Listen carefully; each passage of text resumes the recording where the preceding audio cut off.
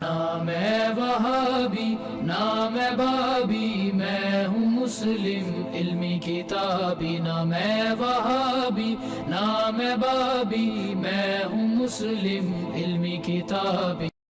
اگلا سوال ہے، ایک یزید پوری نے واقعہ کربلا کو رنگ بازی کہا ہے اور مبالغہ والے واقعہ کا بھی انکار کیا ہے، تو اس میں آپ کا کیا موقف ہے؟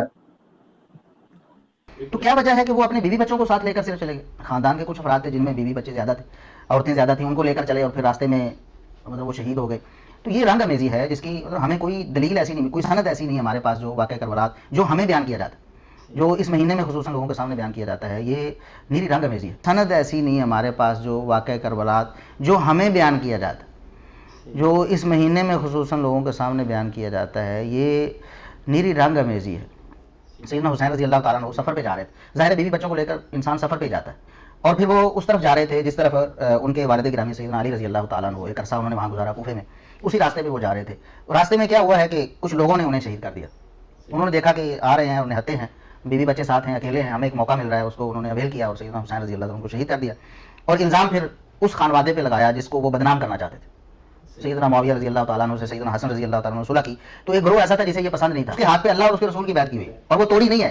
سیدنا حسین رضی اللہ عنہ کی شہادت اگر اس کے ہاتھوں ہوئی ہوتی تو عبداللہ بن عمر رضی اللہ تعالیٰ عنہ تو اس بیعت کو فوراً توڑ دیا۔ یہ اس کا پس منظر پھر جوڑتے ہوئے ظاہر ہے کہ کچھ لوگوں کا مقصد ہے کہ نبی کریم صلی اللہ علیہ وسلم کی جو جانسار صحابہ تھے ان کے بارے میں لوگوں کو بدظن کیا جائے۔ یہ وہ جو یزید پوری ہے نا جی، یہ لعنتیں کھا رہا ہے اس دن سے جب سے اس نے یہ بات کی ہے۔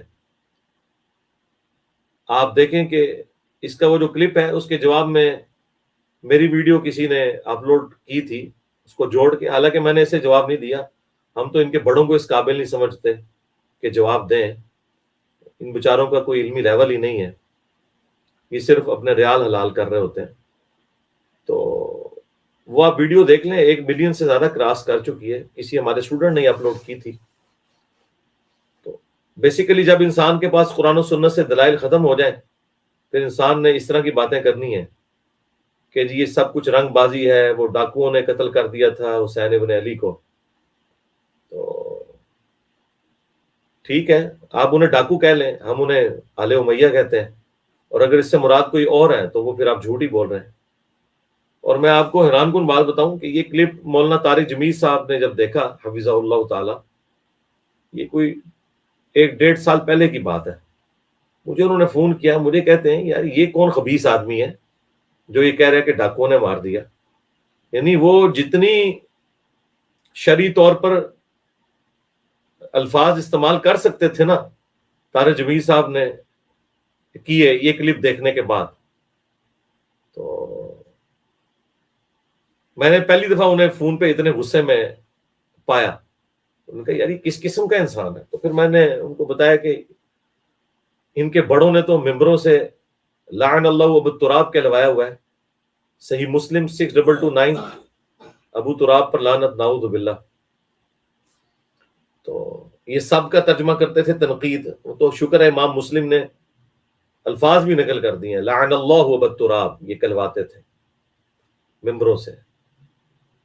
ہم تو بس یہی کہیں گے کہ جنہوں نے بھی مولا علی علیہ السلام پر ممبروں سے لعنت کی یا کروائی یا اس کے اوپر راضی رہے یا ان سارے لوگوں کا دفاع کر رہے ہیں آج تک، ان سب پہ اجتماعی طور پر اللہ کی لعنت، اللہ کے فرشتوں کی لعنت، تمام لعنت کرنے والوں کی لعنت۔ ہم تو ان کے لیے یہی کہیں گے۔ تو یہ تو کسی بھی فضیلت کو ماننے کے لیے تیار نہیں ہے، بس غلطی ان سے یہ ہو چکی ہے، یہ بخاری مسلم کو صحیح ہینڈ ڈکلیئر کر چکے ہیں، ورنہ 2812 تقتل الفئۃ الباغیہ، صحیح بخاری کی حدیث، یدعوہم الی اللہ ویدعونہ الی النار، افسوس اے ابن سمیہ عمار، تجھے ایک باغی جماعت قتل کرے گی، تو انہیں اللہ اور جنت کی طرف بلائے گا، وہ جماعت جہنم کی طرف بلائے گی۔ یہ ایک حدیث ہی ان پورے فرقے کو ختم کر گئی ہے۔ ان کی قبر کے اوپر جو کتبہ لگا ہوا ہے اس پہ 2812 لکھا ہوا ہے۔ تو ان کے لیے یہ ساری حدیثیں بخاری مسلم کی ماننا مشکل ہو گئی ہیں، تو ظاہر ہے کہ انہوں نے یہ رنگ بازی کہنا ہے۔ مبالغے کا انکار اس نے اسی لیے کیا کہ اسے پتا تھا کہ مبالغے کو اگر میں مانتا ہوں تو میرے لیے بڑا مسئلہ ہو جائے گا۔ اسی کے وہ جو بڑے بھائی ہیں 2 گلے پھاڑنے والے، میں نے ان کو کہا تھا تم لوگ مجھے مبالغے کا چیلنج کرتے ہو تمہارے اندر تو اتنی اخلاقی جرت نہیں کہ تم مبالغے والی حدیث صحیح مسلم کی 6220 بیان کر سکو اور اس کی شرح جو تمہارے امام ابن تیمیہ نے کی ہے وہ بیان کر سکو. اس میں خود ابن تیمیہ نے مانا ہے اور اس حدیث میں موجود ہے کہ تمہارے ماموں نے مولا علی علیہ السلام پر لعنت کروانے کے لیے، سب کروانے کے لیے سعد ابن ابی وقاص کو ابھارا تھا. تو اس کے جواب میں سعد نے جب کہا کہ میں کبھی بھی علی کے اوپر یہ سب نہیں کروں گا، اور سب کا ترجمہ وہی لیا جائے گا جو مسلم میں 6229 میں ہے، لعن اللہ بالتراب، نعوذ باللہ. پھر انہوں نے 3 فضائل تمہارے ماموں کو سنائے تھے. ایک فضیلت غزوہ تبوک والی کہ علی کی میرے ساتھ وہی نسبت ہے جو ہارون کی موسیٰ کے ساتھ، مگر میرے بعد کوئی نبی نہیں. دوسرا خیبر کے موقع پر کہ کل اس شخص کے ہاتھ میں جھنڈا دوں گا جو اللہ اور اس کے رسول سے محبت کرتا ہے، اللہ اور اس کا رسول اس سے محبت کرتے ہیں. اور ابن ابی وقاص کہتے ہیں ہم تو ایڑیاں اٹھا کے دیکھتے رہے.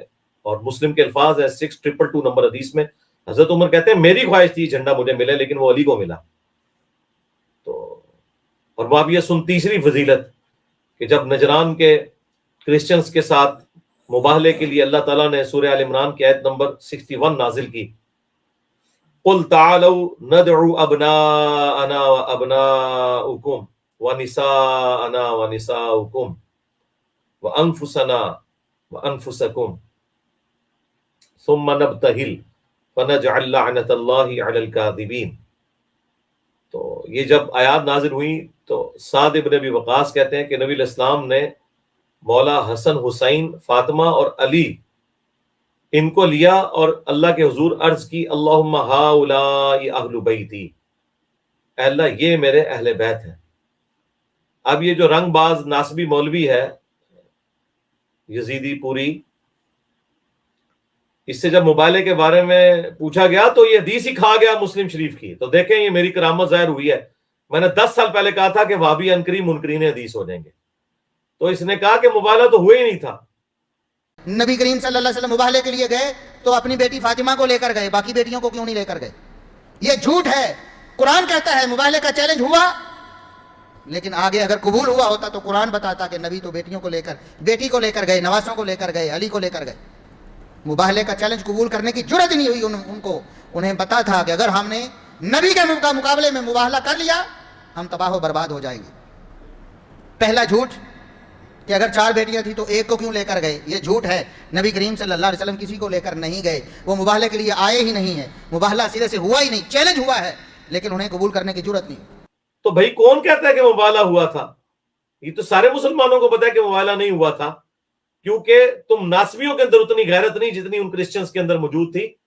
جب نجران کے لوگوں نے وہ دیکھا نا کہ یہ کن ہستیوں کو لایا جا رہا ہے، جو مسلم شریف میں پھر سعد ابن ابی وقاص نے کہا کہ ان کو نبی الاسلام نے پیش کیا، حسن، حسین، علی اور فاطمہ کو.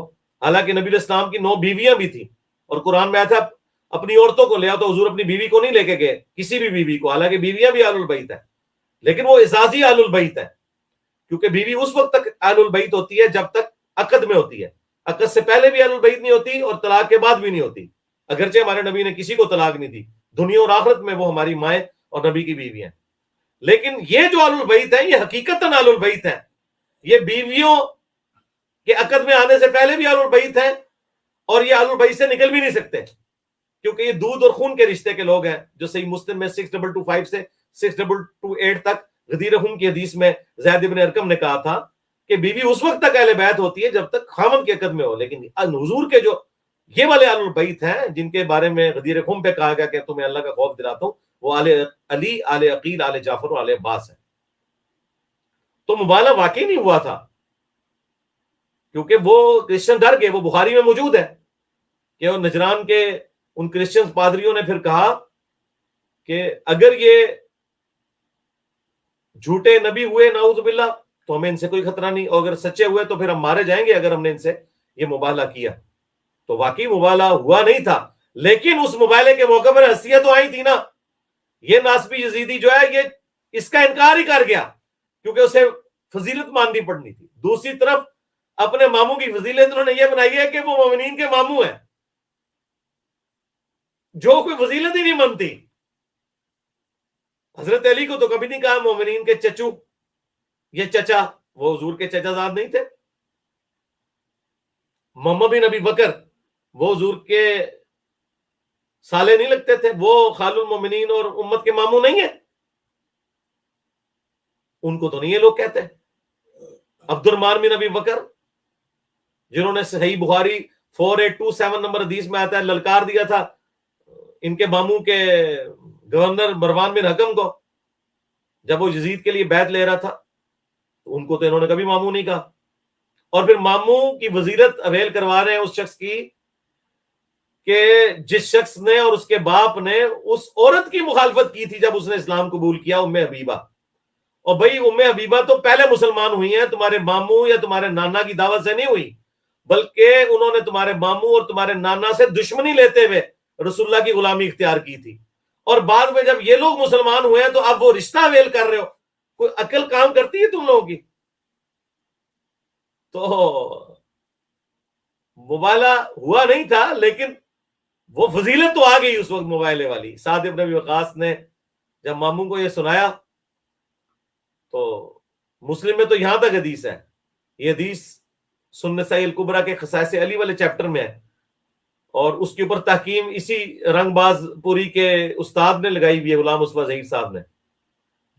بالکل اسی سند کے اوپر ہے، مسلم شریف کی سند پہ. اس میں آگے الفاظ ہے، سعد بن ابی وقاص کا بیٹا کہتا ہے جب میرے باپ نے یہ 3 فضائل سنائے نا ان کے ماموں کو، معاویہ بن ابی سفیان رضی اللہ تعالیٰ عنہ کو، چلے ہم تو احترام سے ہی نام لیں گے صحابی ہونے کی وجہ سے، تو جتنے دن پھر وہ وہاں رہے انہوں نے حضرت علی کی تنقیص کا ایک جملہ اپنی زبان سے نہیں نکالا.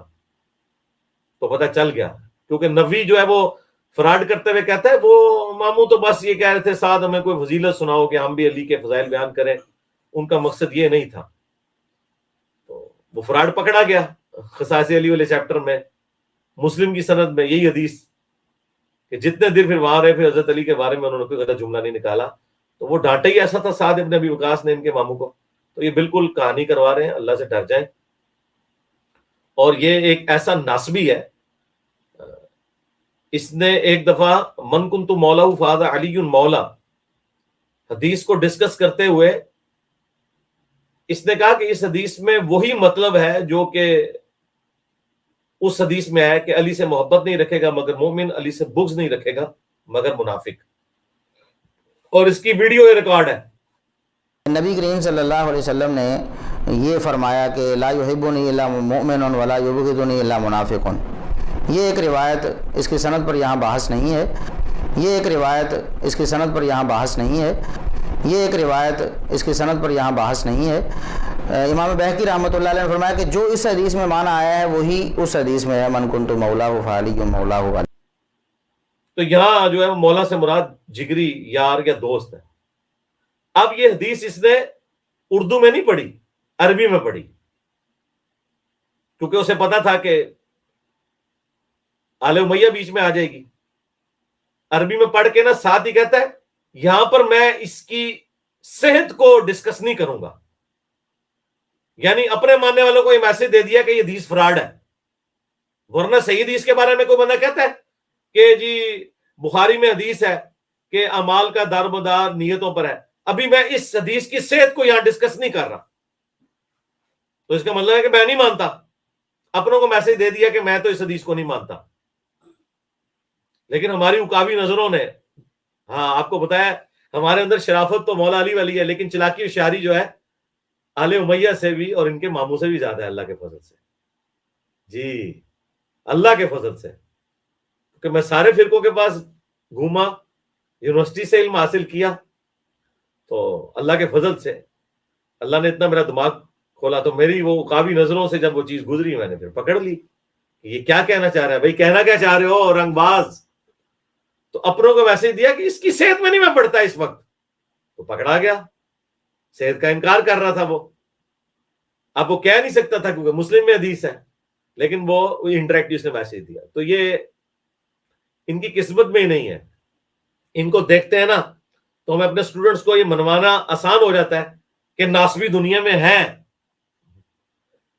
اور ناسبیت کا جھنڈا وہابیوں نے اٹھایا ہوا ہے، اور کچھ بریلویوں نے اور کچھ دیوبندیوں نے اٹھایا ہوا ہے. ہم نہ ناسبی ہیں نہ رافضی ہیں، الحمدللہ.